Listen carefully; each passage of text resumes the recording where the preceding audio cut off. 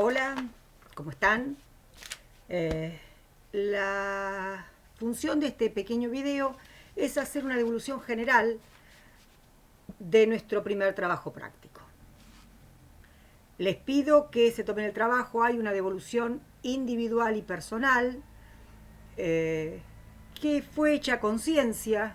Indudablemente es mucho más fácil corregir con el papel y poder indicar todos los errores que encontramos, pero en líneas generales traté de marcar cuáles eran las mayores errores, repito, que encontré en los trabajos. Les hablo de errores de escritura, errores de puntuación, errores en la conformación de las frases. A veces doy ejemplos, me limito a uno o dos ejemplos, porque si no se haría muy extensa la devolución de cada uno y no hubiera llegado en una semana a poder devolver los trabajos que ustedes presentaron. Empezamos con una cosa linda.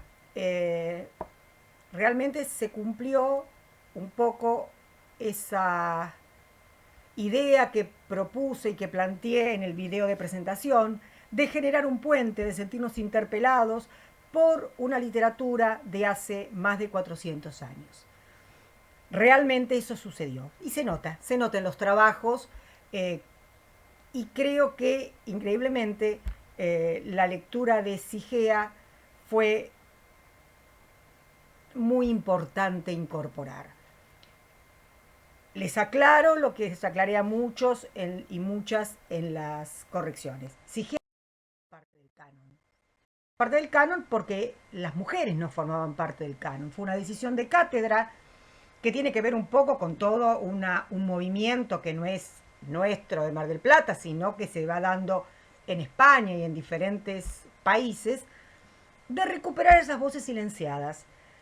Entonces, está aclarado, Sigea no forma parte del canon. Imagínense que lo único que encontramos en la red fueron 2 poemas. Y cuando la profesora Ferreira se comunicó a una biblioteca pidiendo, o sea, no obtuvo respuesta. Entonces, entendamos, no es parte del canon, pero indudablemente había otra literatura que no es la canónica y que tenemos que tener en cuenta y que tenemos que valorizar y que tenemos que pensar que por qué sucedía. ¿Por qué sucedía? Es muy sencillo. Es decir, si lo vivimos hoy, 400 y pico de años después, donde hay una lucha importante de las mujeres, imagínense en aquel momento. Lo que sí hice fue ponerle a muchas y a muchos que citaran las fuentes. Sí es cierto que la mujer estaba sometida, etcétera, etcétera, y que había una presión familiar, una presión de la iglesia, pero si les interesa el tema, busquen material porque hay. Si no, pídanos que nosotras tenemos material. Hay, entre otras cosas, una tesis doctoral de 700 y pico de páginas que habla de la situación de la mujer madrileña en el siglo XVII. Madrileña porque indudablemente a ver qué pasaba en las grandes ciudades. Y habla de todo. Habla del casamiento, habla del embarazo, habla del trabajo, habla de todo. Y no es el único, o sea, hay mucho material.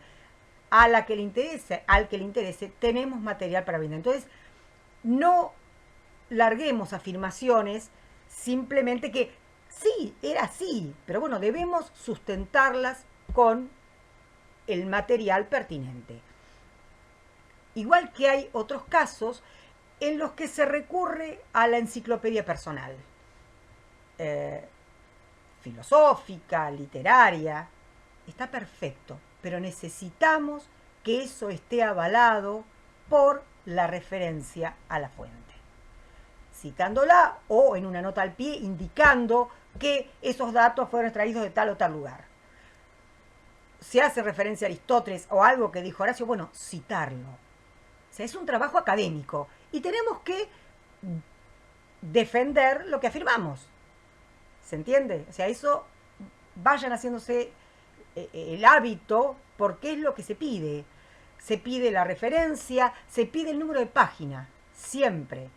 En el caso que se tome una idea, el capítulo o el año, pero tiene que estar citada la fuente. Eso es algo que con lo que quería empezar. ¿Con qué sigo? Y con lo de siempre, con el trabajo de relectura. Ustedes escriben, algunos y algunas han logrado trabajos muy interesantes, intuiciones de análisis muy interesantes, pero falló la escritura. Falló la escritura y en algunos casos por pavadas.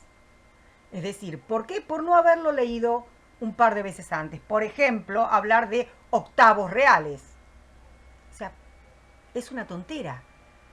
Pero de alguna manera desprestigia el trabajo. Somos trabajadores de el área de las letras. Entonces, tenemos que acostumbrarnos a que tenemos que escribir bien. Y como ya dije, como repito siempre, a escribir se aprende escribiendo. Por lo tanto, hay que escribir. De hecho, algunos de los trabajos dicen rehacer. Dicen rehacer ¿por qué? Porque o bien presentan errores de escritura que no podemos dejar pasar por alto, o falta completarlos. Se han hecho a lo mejor un muy buen análisis de un aspecto, pero faltan los otros, los que están solicitados en la consigna. Entonces hay que responder a todos. Que nos interese más alguno, sí, puede pasar. De hecho, en el momento que ustedes, al final de la cursada, para el trabajo final, preparen su tema, ahí se van a abocar a algún aspecto en particular. En este caso hay que responder a la consigna propuesta. Entonces, hay casos en que encuentran rehacer. Rehacer no quiere decir ir a recuperatorio y cambiar de texto, sino simplemente rehacer con los mismos textos que han trabajado. Con el soneto 23 de Garcilaso de la Vega y con el poema de Luisa Sigea. Hay errores que quedan feos. O sea, por ejemplo, equivocarse en la numeración del soneto. Otro error que advertí es decir, el título del soneto es soneto 23. No, no es el título, es la numeración. De hecho, desde las primeras ediciones se hizo una numeración de los sonetos arbitraria, que no la hizo Garcilaso. Incluso en otros autores van a notar que el supuesto título es nada más que el primer verso del poema. Y ojo, tengan cuidado porque no siempre los títulos corresponden al autor. Por ejemplo, cuando vean lo que encabeza cada uno de los capítulos del Quijote, no piensen que necesariamente los escribió Cervantes. Pueden ser obra del editor. Entonces, el editor en muchos casos agrega esos títulos. Entonces hay que tener cuidado con las afirmaciones.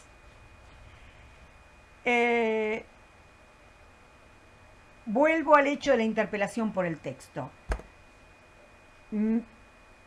Lo que vimos en esta primera aproximación a la literatura del siglo de oro no es la única vez que lo vamos a ver. Trabajamos dos obras, una que tiene que ver con un poema casi confesional, como muchos de ustedes remarcaron, que hace referencia a una situación de sometimiento y una serie de injusticias que vivió una mujer que tenía las mismas capacidades intelectuales que un hombre, pero que se veía excluida por su condición de mujer. La otra es el paso del tiempo, que indudablemente nos sigue preocupando y conmoviendo como seres humanos.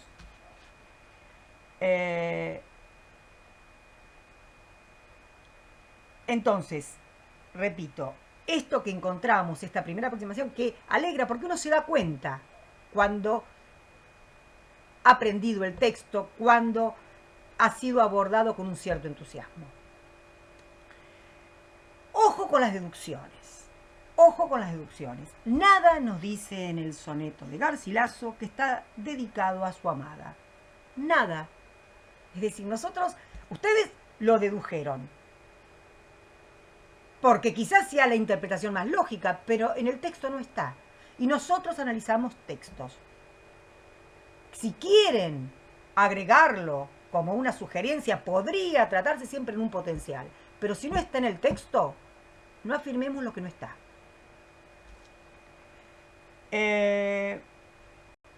Y ahí voy a enganchar con otra cosa que quizá es una de las mayores preocupaciones o críticas que les puedo hacer. Ojo con las búsquedas en internet.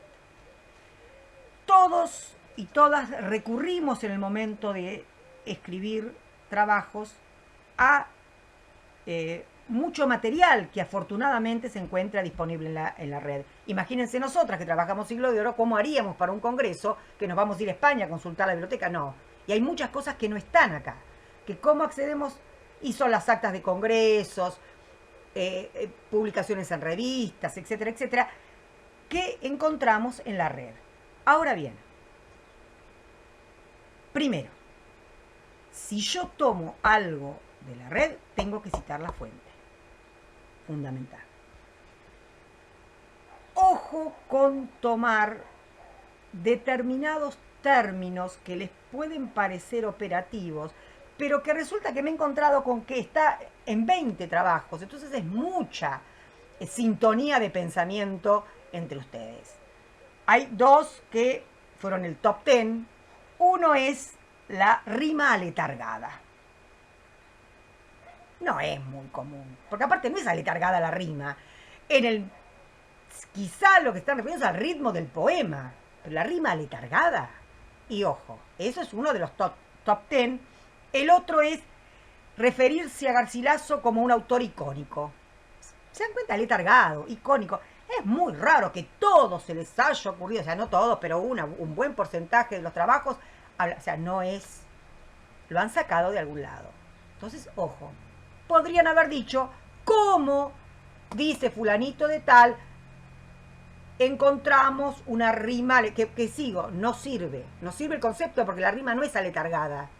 Lo que hace quizás determinada rima es darle un ritmo más lento al poema, pero decir rima aletargada es incorrecto. Otra cosa es hablar del autor periférico, perdón, del yo lírico periférico. Esas fueron las tres que más he encontrado. Cuando en realidad es un yo lírico observador. ¿Cómo? Porque por ahí ponían periférico y a continuación, cuando ustedes explicaban con sus palabras, hacían referencia a un yo lírico periférico. Observador. Para diferenciarlo de lo que sucedía en el problema de Sigea. Entonces, ojo. Y otra cosa, por favor. No quise ponerme el gorro porque no me gusta y porque no me cae simpático, porque no soy policía, pero, lamentablemente hay casos en que la diferencia de estilos es notable.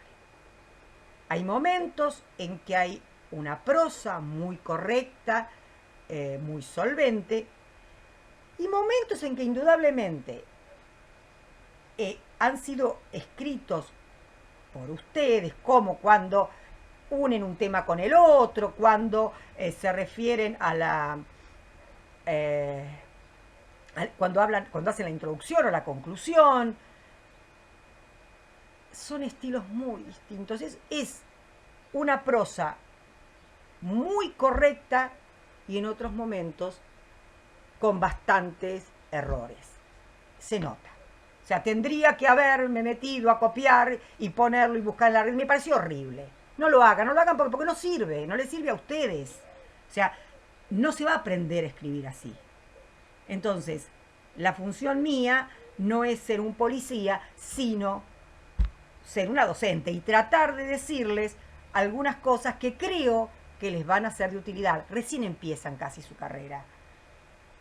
Y ojo, ha habido casos realmente que se han encontrado, y en congresos, o sea, no solamente ustedes. Ojo, ha habido casos que ha habido un problema bastante severo porque se trataba de plagios directamente, de tomar y pegar. Es muy sencillo, pero no se hace. No se hace porque no sirve, porque no se aprende. Acostúmbrense a consultar y a participar del foro de consultas. Como nosotras sabíamos que no iban a pegarla con que eran octavas reales, a todo aquel que nos preguntó, se lo sugerimos. Y hubo una pregunta en el foro donde directamente se contestó que el poema consta de 4 octavas reales.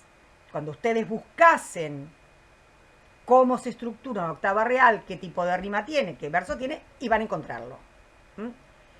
Entonces, fíjense, porque la pregunta de uno puede servirle a varios y varias para mejorar su trabajo. El caso que me han dicho consta de 32 versos.